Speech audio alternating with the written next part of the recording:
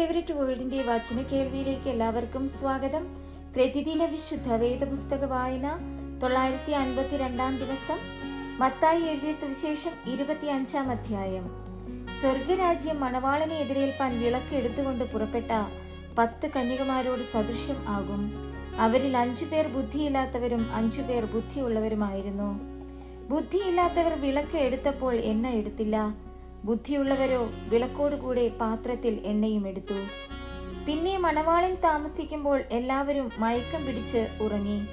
അർദ്ധരാത്രിക്കോ മണവാളൻ വരുന്നു, അവനെ എതിരേൽപ്പാൻ പുറപ്പെടുവിൻ എന്ന് ആർപ്പുവിളി ഉണ്ടായി. അപ്പോൾ കന്യകമാർ എല്ലാവരും എഴുന്നേറ്റ് വിളക്ക് തെളിയിച്ചു. എന്നാൽ ബുദ്ധിയില്ലാത്തവർ ബുദ്ധിയുള്ളവരോട്, ഞങ്ങളുടെ വിളക്ക് കെട്ടുപോകുന്നത് കൊണ്ട് നിങ്ങളുടെ എണ്ണയിൽ കുറെ ഞങ്ങൾക്ക് തരുവിൻ എന്ന് പറഞ്ഞു.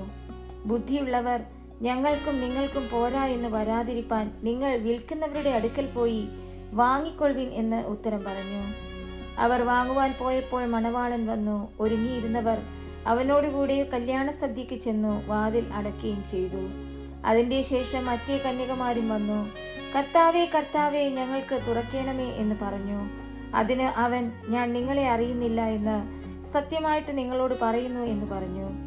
ആകയാൽ നാളും നാഴികയും നിങ്ങൾ അറിയായിക കൊണ്ട് ഉണർന്നിരിപ്പിൻ.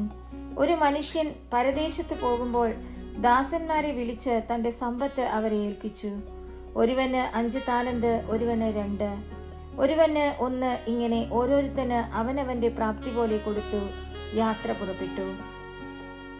5 താലന്ത് ലഭിച്ചവൻ ഉടനെ ചെന്ന് വ്യാപാരം ചെയ്ത് വേറെ 5 താലന്ത് സമ്പാദിച്ചു. അങ്ങനെ തന്നെ 2 താലന്ത് ലഭിച്ചവൻ വേറെ 2 നേടി.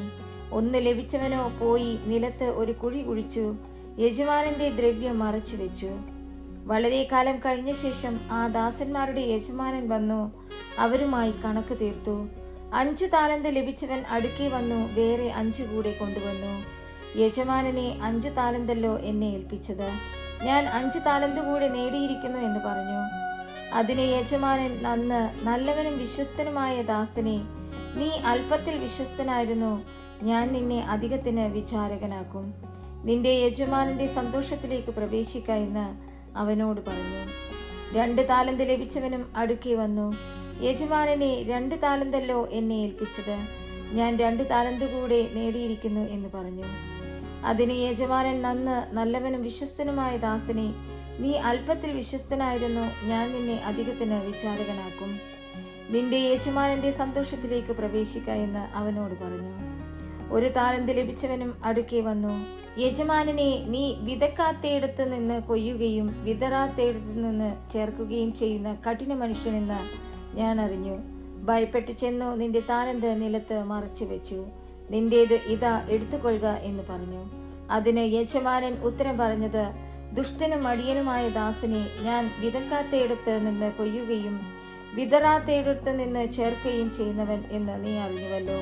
നീ എന്റെ ദ്രവ്യം പൊൻവാണിഭക്കാരെ ഏൽപ്പിക്കേണ്ടിയിരുന്നു, എന്നാൽ ഞാൻ വന്ന് എന്റേത് പലിശയോട് കൂടെ വാങ്ങിക്കൊള്ളുമായിരുന്നു. ആ താലന്ത് അവന്റെ പക്കൽ നിന്ന് എടുത്ത് 10 താലന്ത് ഉള്ളവന് കൊടുപ്പിൻ. അങ്ങനെ ഉള്ളവന് ഏവനും ലഭിക്കും, അവന് സമൃദ്ധിയും ഉണ്ടാകും. ഇല്ലാത്തവനോടോ ഉള്ളതും കൂടെ എടുത്തു കളയും. എന്നാൽ കൊള്ളരുതാത്ത ദാസനെ ഏറ്റവും പുറത്തുള്ള ഇരുട്ടിലേക്ക് തള്ളിക്കളവിൻ, അവിടെ കരച്ചലും പല്ലുകടിയും ഉണ്ടാകും. മനുഷ്യപുത്രൻ തന്റെ തേജസ്സോടെ സകല വിശുദ്ധ ദൂതന്മാരുമായി വരുമ്പോൾ അവൻ തന്റെ തേജസ്സിന്റെ സിംഹാസനത്തിൽ ഇരിക്കും. സകല ജാതികളെയും അവന്റെ മുൻപിൽ കൂട്ടും. അവൻ അവരെ ഇടയൻ ചെമ്മരിയാടുകളെയും കോലാടുകളെയും തമ്മിൽ വേർതിരിക്കുന്നത് പോലെ വേർതിരിച്ചു. ചെമ്മരിയാടുകളെ തന്റെ വലത്തും കോലാടുകളെ ഇടത്തും നിർത്തും. രാജാവ് തന്റെ വലത്തുള്ളവരോട് അരുളി ചെയ്യും, എന്റെ പിതാവിനാൽ അനുഗ്രഹിക്കപ്പെട്ടവരെ, വരുവിൻ, ലോകസ്ഥാപനം മുതൽ നിങ്ങൾക്കായി ഒരുക്കിയിരിക്കുന്ന രാജ്യം അവകാശമാക്കിക്കൊള്ളുവിൻ. എനിക്ക് വിശന്നു, നിങ്ങൾ ഭക്ഷിപ്പാൻ തന്നു, ദാഹിച്ചു, നിങ്ങൾ കുടിപ്പാൻ തന്നു.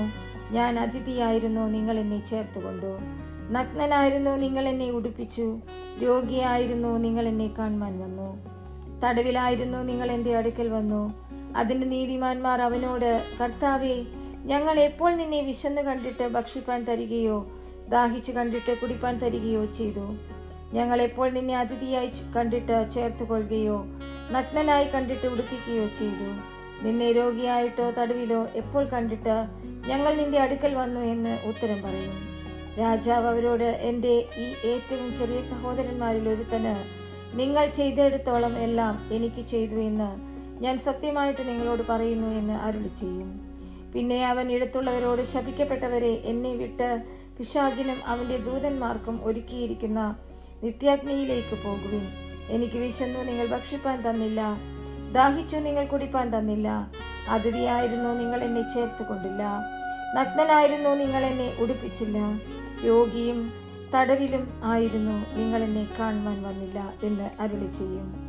അതിന് അവർ, കർത്താവേ, ഞങ്ങൾ നിന്നെ വിശക്കുന്നവനോ ദാഹിക്കുന്നവനോ അതിഥിയോ നഗ്നനോ രോഗിയോ തടവിലോ ആയി എപ്പോൾ കണ്ടു? നിനക്ക് ശുശ്രൂഷ ചെയ്യാതിരുന്നു എന്ന് ഉത്തരം പറയും. അവൻ അവരോട്, ഈ ഏറ്റവും ചെറിയവരിൽ ഒരുത്തന് നിങ്ങൾ ചെയ്യാഞ്ഞിടത്തോളം എല്ലാം എനിക്കാകുന്നു ചെയ്യാഞ്ഞത് എന്ന് ഞാൻ സത്യമായിട്ട് നിങ്ങളോട് പറയുന്നു എന്ന് ഉത്തരം അരുളും. ഇവർ നിത്യദണ്ഡനത്തിലേക്കും നീതിമാന്മാർ നിത്യജീവങ്കിലേക്കും പോകും.